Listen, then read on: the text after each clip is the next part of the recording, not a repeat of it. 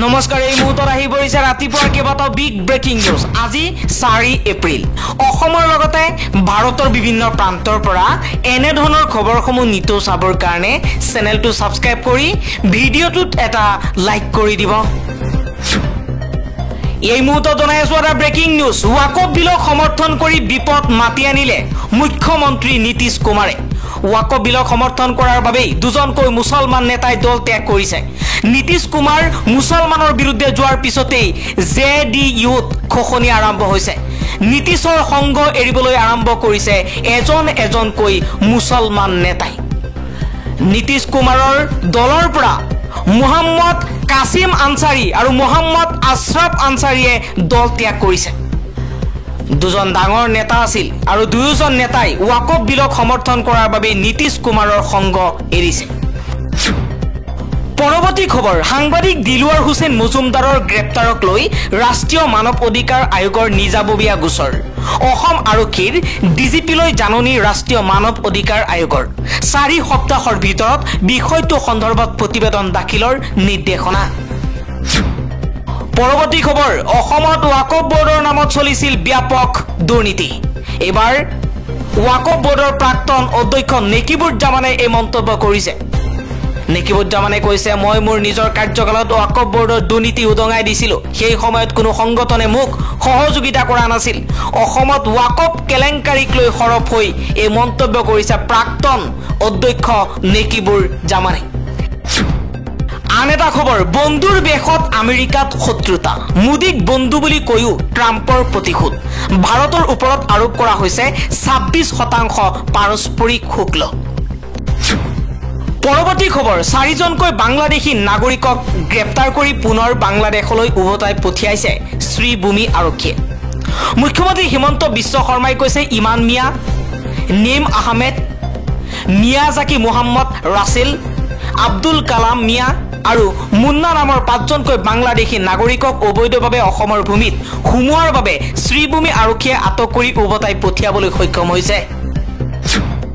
আন এটা খবৰ, বিজেপিয়ে কৈছে ওয়াকফ বোৰ্ডৰ অধীনত থকা ভূমিৰ বজাৰ মূল্য হৈছে প্ৰায় 1.2 লাখ কোটিৰো অধিক।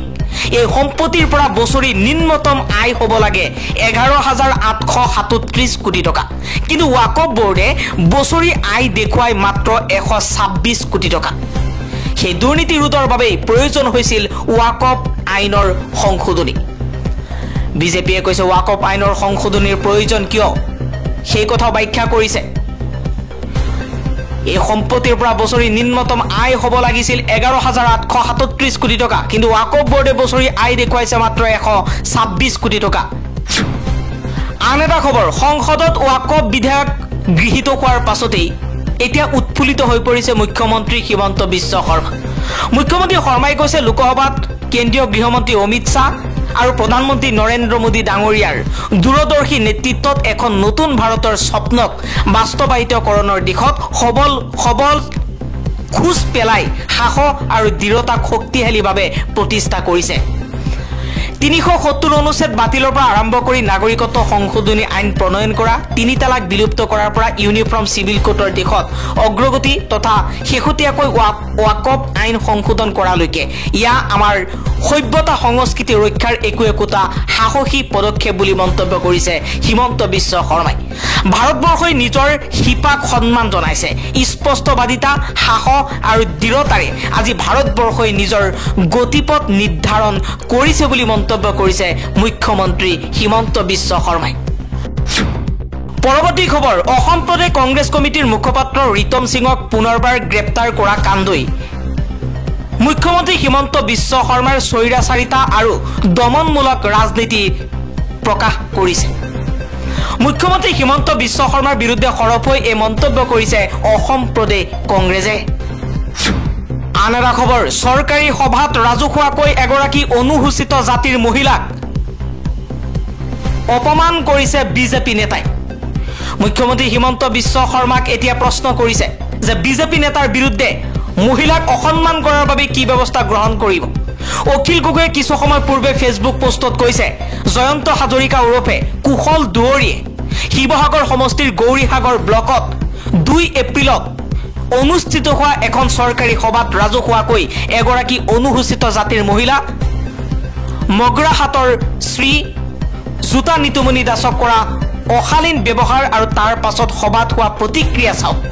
কুখ্যাত ছালফা নেতা বিজেপিৰ শিৱসাগৰ সমষ্টিৰ প্ৰক্ষিপিত প্ৰাৰ্থী তথা থাউৰাৰ প্ৰাক্তন বিধায়কজনৰ মহিলাৰ প্ৰতি কৰা আচৰণে কি সূচায় বাৰু? সংস্কাৰী দল বিজেপিৰ ৰাজ্যিক সভাপতি ডাঙৰীয়া আৰু দলটোৰ অন্যান্য নেতাসকল, মুখ্যমন্ত্ৰী ডাঙৰীয়া আৰু অনুসূচিত জাতিৰ মন্ত্ৰী পীযুষ হাজৰিকা ডাঙৰীয়াই এতিয়া কি ক'ব? অনুসূচিত জাতিৰ সন্মানীয় জাতীয় সংগঠনসমূহে মাত দিবলৈ সাহস কৰিবনে? পৰৱৰ্তী খবৰ, 10,000 শিক্ষকে চাকৰি হেৰুওৱা ত্ৰিপুৰাত পতন হৈছিল মানিকৰ চৰকাৰ। এতিয়া 26,000 শিক্ষকে চাকৰি হেৰুৱাইছে পশ্চিমবংগত। কি হ'ব মমতা বেনাৰ্জীৰ চৰকাৰৰ? ত্ৰিপুৰাৰ মানিক চৰকাৰৰ CPIMৰ চৰকাৰৰ দৰে পতন হ'ব নেকি বংগৰ মমতা বেনাৰ্জীৰ তৃণমূল কংগ্ৰেছৰ চৰকাৰৰ? আজিৰ তাৰিখত এয়া এক ডাঙৰ প্ৰশ্ন হিচাপে চিহ্নিত হৈছে।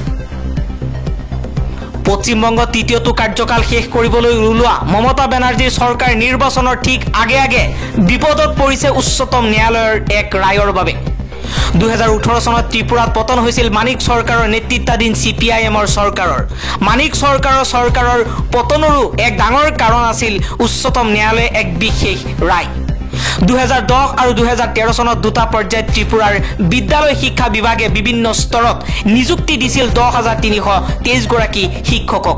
এই নিযুক্তি প্ৰক্ৰিয়াতেই চৰম দুৰ্নীতি অনিয়মৰ অভিযোগ উত্থাপন হৈছিল। বিষয়টো প্ৰথমতে পাইছিলগৈ আগৰতলা উচ্চ ন্যায়ালয়ৰ মজিয়া। ন্যায়ালয়ে দীঘলীয়া শুনানিৰ অন্তত নিযুক্তিৰ এই সম্পূৰ্ণ পেনেলেই বাতিল কৰাৰ নিৰ্দেশনা প্ৰদান কৰিছিল।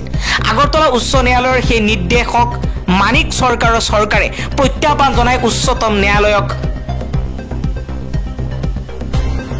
প্ৰত্যাহ্বান জনাইছিল। কিন্তু উচ্চতম ন্যায়ালয়েও এই নিযুক্তি প্ৰক্ৰিয়াত দুৰ্নীতি অনিয়ম সংঘটিত হোৱা বুলি পতিয়ন গৈ 2017 চনত আগৰতলা উচ্চ ন্যায়ালয়কে বাহাল ৰাখি নিযুক্তিৰ সমগ্ৰ পেনেল বাতিল কৰে আৰু নিযুক্তিপ্ৰাপ্ত 10,323 গৰাকী শিক্ষকৰ চাকৰি বাতিল কৰে। 2026 প্ৰথম ভাগতে পশ্চিমবংগত অনুষ্ঠিত হ'ব ৰাজ্যিক বিধানসভাৰ নিৰ্বাচন।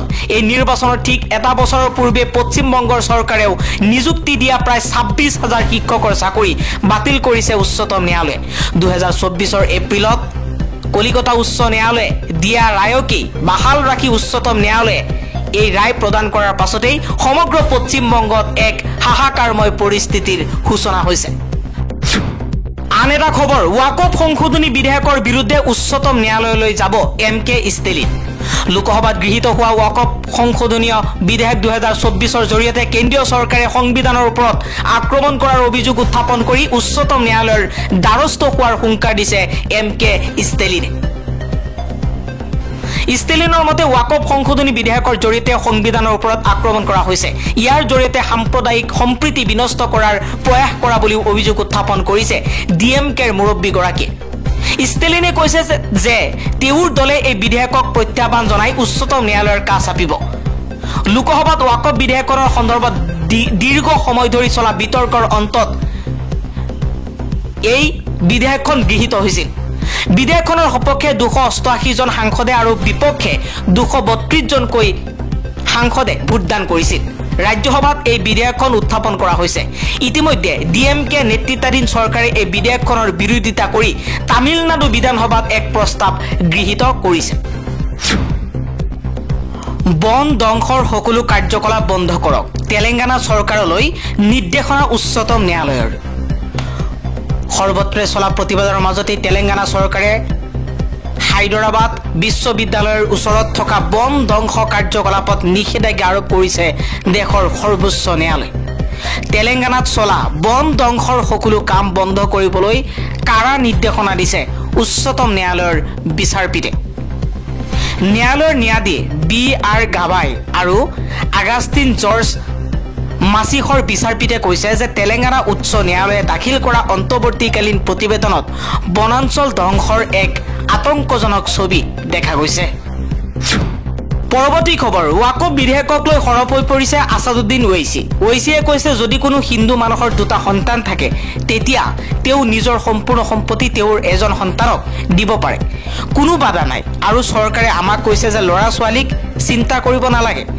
চৰকাৰে যদি বিলকিছ বানুৰ প্ৰতি ইমান মৰম দেখুৱালেহেঁতেন তেন্তে তেওঁ চৰকাৰক আশীৰ্বাদ দিলেহেঁতেন।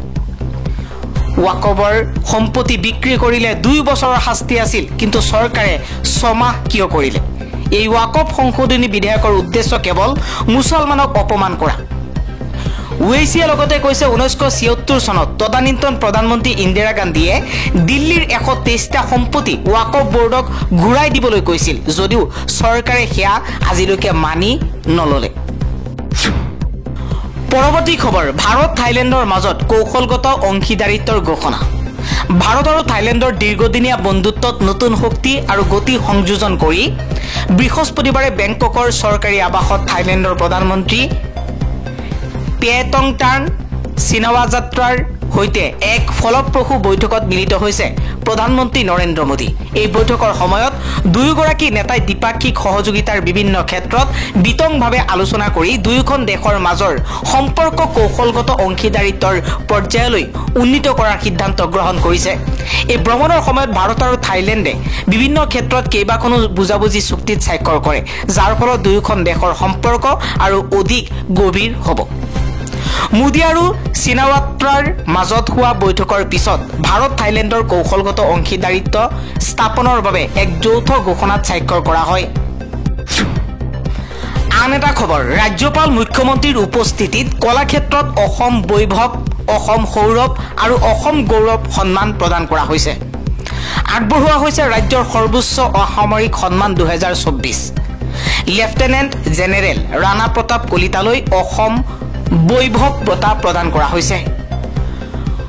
সমাজ জীৱনলৈ বিশিষ্ট সেৱা আগবঢ়োৱা 23 গৰাকী বিশিষ্ট লোকলৈ আগবঢ়োৱা হৈছে ৰাজ্যৰ সৰ্বোচ্চ অসামৰিক সন্মান 2024।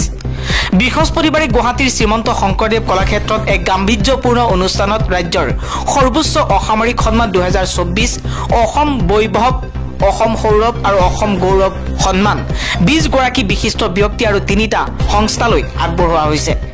ৰাজ্যপাল লক্ষ্মণ প্ৰসাদ আচাৰ্যই সমাজ জীৱনৰ বাটকটীয়া স্বৰূপ এই প্ৰাপকসকলৰ হাতত তুলি দিয়ে এই সন্মান। অসমৰ মুখ্যমন্ত্ৰী হিমন্ত বিশ্ব শৰ্মাকে ধৰি কেইবাগৰাকী বিশিষ্ট ব্যক্তিৰ উপস্থিতিত এই বঁটা প্ৰদান কৰা হয়। অসম সৌৰভ বঁটা আগবঢ়োৱা হয় ৰাজ্যপাল লক্ষ্মণ প্ৰসাদ আচাৰ্যক। অসম সৌৰভ বঁটা হৈছে ৰাজ্যৰ দ্বিতীয় সৰ্বোচ্চ অসামৰিক সন্মান। এই বঁটাৰ সৈতে আগবঢ়োৱা হয় এখন প্ৰমাণ পত্ৰ, লগতে এখন পদক আৰু 4 লাখ টকাৰ আৰ্থিক অনুদান। আনহাতে সমাজ জীৱনৰ 13 গৰাকী বিশিষ্ট বাটকটীয়া ব্যক্তিৰ লগতে 3টা সংস্থালৈ 2024 বৰ্ষৰ অসম গৌৰৱ বঁটা আগবঢ়োৱা হয়। যোৰহাটৰ বিশ্বজিৎ বৰা, বজালীৰ ভৰত কলিতা, কোকৰাঝাৰৰ বাৰ লাংফা নাৰ্জাৰী, ডিব্ৰুগড়ৰ ৰামচন্দ্ৰ চাচনি, শিৱসাগৰৰ উপমন্যু বৰকাকতি, কামৰূপৰ ডেভিড প্ৰতিম গগৈ, লখিমপুৰৰ ফুলেশ্বৰী দত্ত, কামৰূপৰ মীনাক্ষী দাস, শিৱসাগৰৰ পাৰ্থিৱ সুন্দৰ গগৈ, ধুবুৰীৰ ধীৰেন্দ্ৰ নাথ পাল, বৰপেটাৰ হৰিদাস দাস, কাৰ্বি আংলঙৰ বিনং তেৰম, শ্ৰীভূমিৰ নজৰুল সকললৈ এইবাৰৰ অসম গৌৰৱ বঁটা আগবঢ়োৱা হৈছে।